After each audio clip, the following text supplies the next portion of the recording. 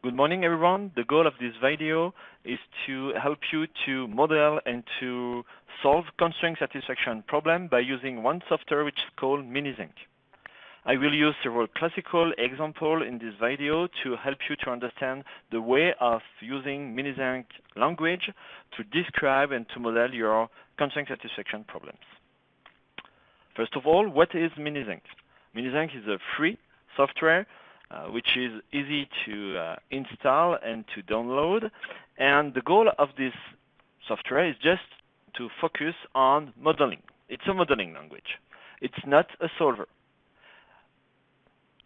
The main benefit of using MiniZinc is that because this is not a solver, is totally independent regarding the way of solving constraint satisfaction problem. That's to say, you don't have to learn several different languages strongly linked to the solver you want to use. You only have to learn only one language, the one of MiniZinc, and to easily plug the different solver you want to use to solve the problem you previously modeled. When you install MiniZinc, automatically you will have, if I remember well, you will have 5 solvers that are directly available. But of course, if you want, you can add new or other solvers, other free or some other costly, if you want something more accurate or more dedicated to some particular configuration of constraint satisfaction problems. This software runs on all different operating systems. That's to say, it runs on Windows, the different type of Windows, Linux, and Mac. The version I use, and I will use during this video, is the one which was updated in September 2017. If you want to download this environment, programming environment, where you will model your problem, you can directly click on the link here, and you will automatically be able to go to on software tab. And here you can follow the different links available regarding what is your operating system.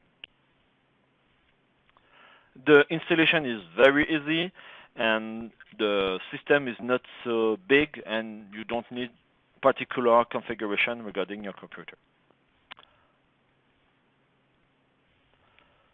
As a reminder of what is a constraint satisfaction problem. So before using MiniZinc, I want to highlight some different things we saw during the previous lecture.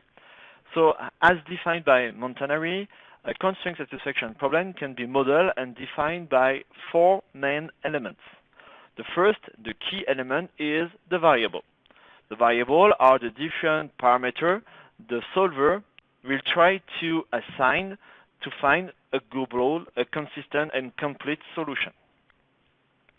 Associated to this variable, you have to design and to define what are the different domains associated to this variable. These domains can be continuous, that to say it's a range, or discrete, that to say it's a set of values. In addition to this first couple, variable and their domains, we have to describe exactly in the same manner the different relationships linking the variables, and associated to these relationships, the different constraints that are applied to these relationships. When you will use MiniZinc, you can see that, in fact, these 4 different elements will be defined in only 2 programming lines.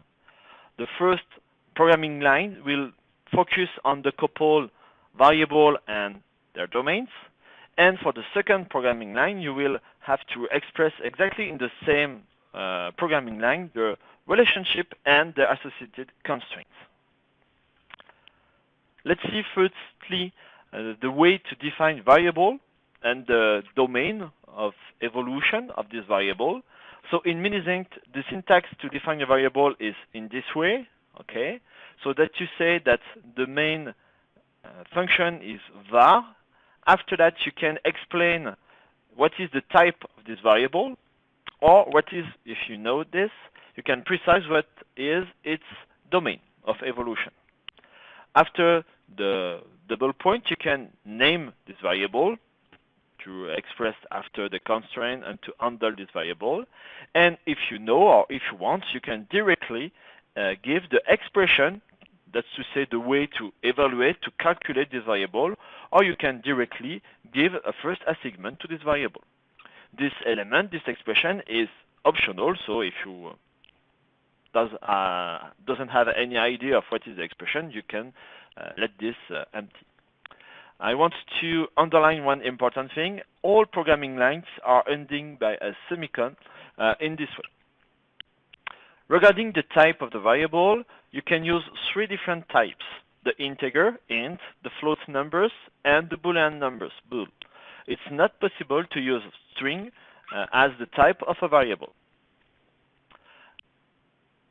If you know for the discrete variable, which are also integers, if you know what are the domain of evolution, you can directly precise this domain by giving the lower and the upper boundaries separated by 2 points. As examples, you have here two different examples.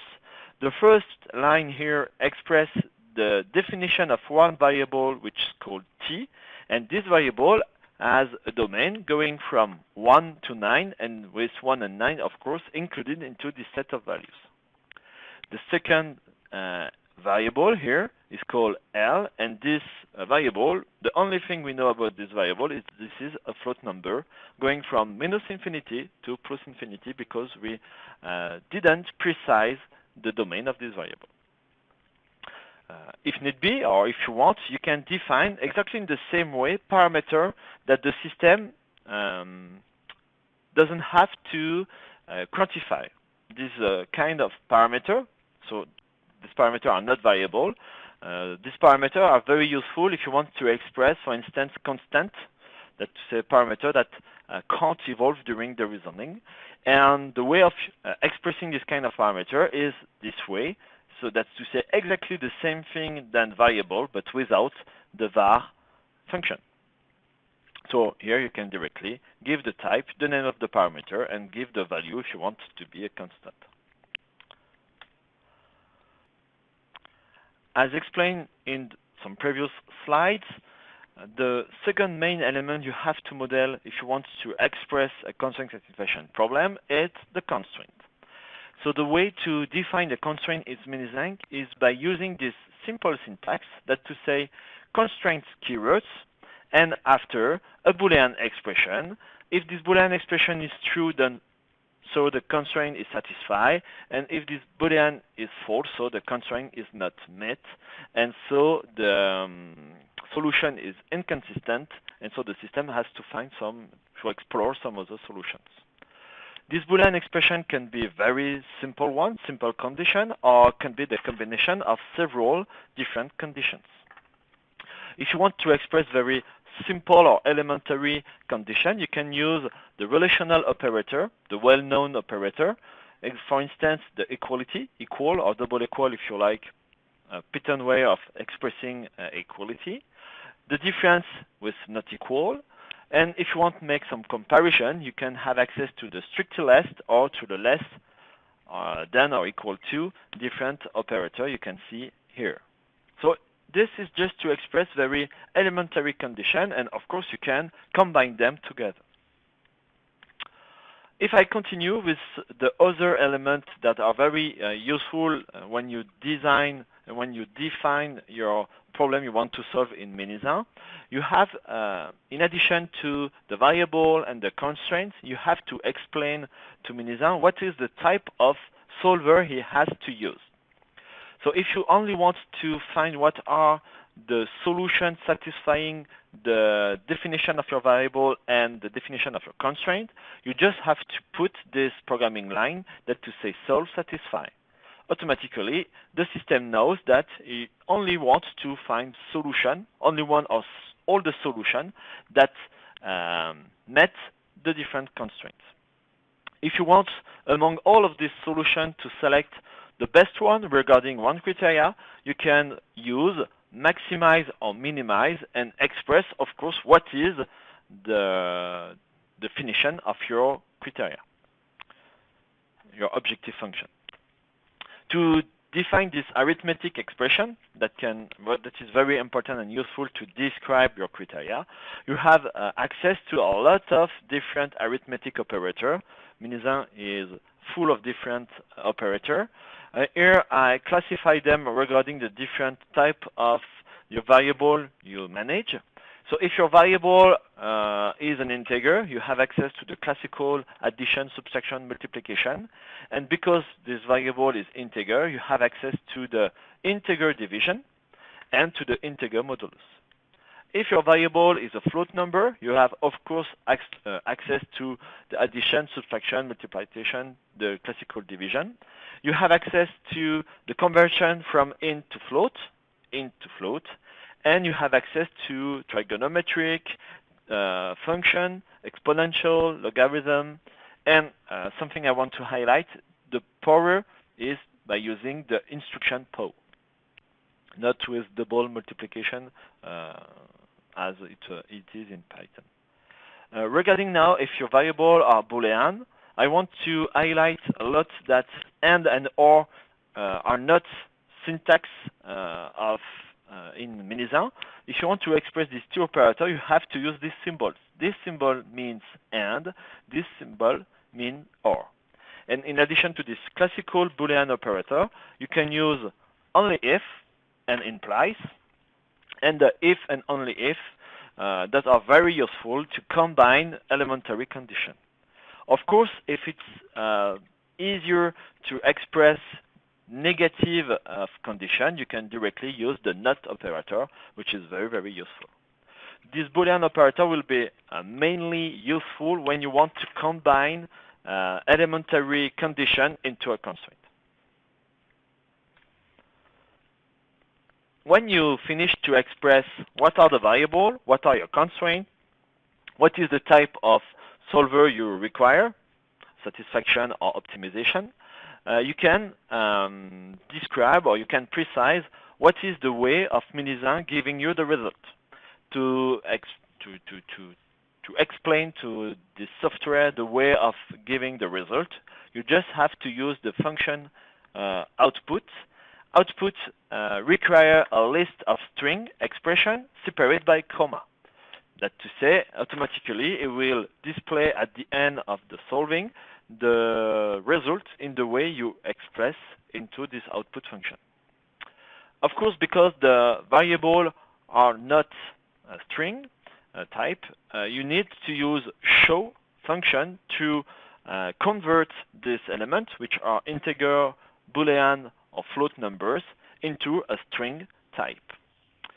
In addition, if you want to structure the result, you can use these two particular string expression, /n, which had a break line, so you go to the next line, and /t, which add a tabulation. Just as a little example of one very, very simple exercise, and just to show you MiniZinc. So here we have MiniZinc software. As an example here, I define three different variables, A, B, and C. We can see that this variable, because we have the var keyword, these different variables are integer, and their domain of evolution is going from 0 to 9, and these two values are included. So we have here three variable definition, and in addition to this variable definition, we have two constraints. The first one say that I want that the sum of A plus B is equal to C, and I want here as another constraint that E is different to B, and B different to C, and A different to C. And at the end of the program, I want just to find all the solutions satisfying this constraint and this particular definition of my variable. As soon as I save the problem, I can run the solving. And you can see here that the system finished to solve this problem in this amount of time, and you can see that the solution A is equal to 2, B is equal to 1, and C is equal to 3. Something that is very, very important is that you can see dot line, and this means in MiniZinc that there are some other solutions that are available. If you want to see all the solutions, not to see only one, you have to go on the Configuration tab here and to remove the default behavior and to select user-defined behavior. Here you can select, for instance, you can select what are the number of solutions you want to see. For instance, 15. I go back and I run my system. And you can see that I have the different 15 first solutions. Here you can see that I already always have this dot line. That means we need to continue the exploration. So if I remove here and I put a 0, automatically it will select all the solutions.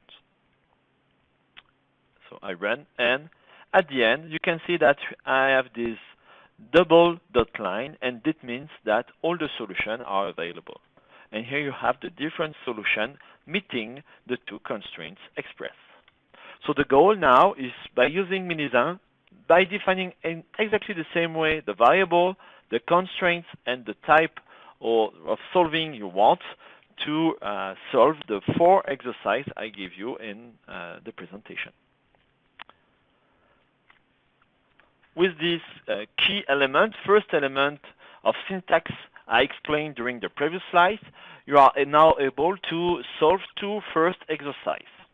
These 2 exercises are the ones we saw during the lecture as examples.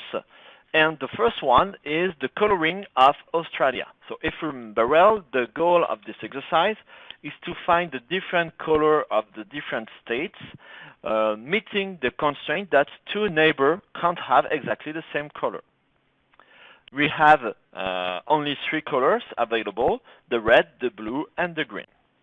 Because, as we saw previously, blue, red, and green are strings values, and it's not possible to directly take them as the domain of all the different variables. So that's why, as a tip, I propose you not to use this value red, blue, and green, but to use integer values 0, 1, and 2. And automatically 0 is equal to red, 1 is equal to blue, and for instance 2 is equal to green. Okay, so first exercise, you have to use what we saw in the previous slides to explain to MiniZinc the different variables, to explain to MiniZinc the different constraints, and to explain what is the kind of solving you want. For the second exercise you have to solve, this exercise, in fact, I want you to use the 2 different ways we saw during the lecture to model this problem. So if you remember well, we saw that one first way of modeling the problem is to take this as a global manner, that to say we only have one constraint. And the second way of modeling the same problem, the same exercise, is to focus on each column. And each column is equal to 1 constraint the system has to meet. In addition, because one of the constraints is to be sure that the different letters are all different values, you can use all different functions.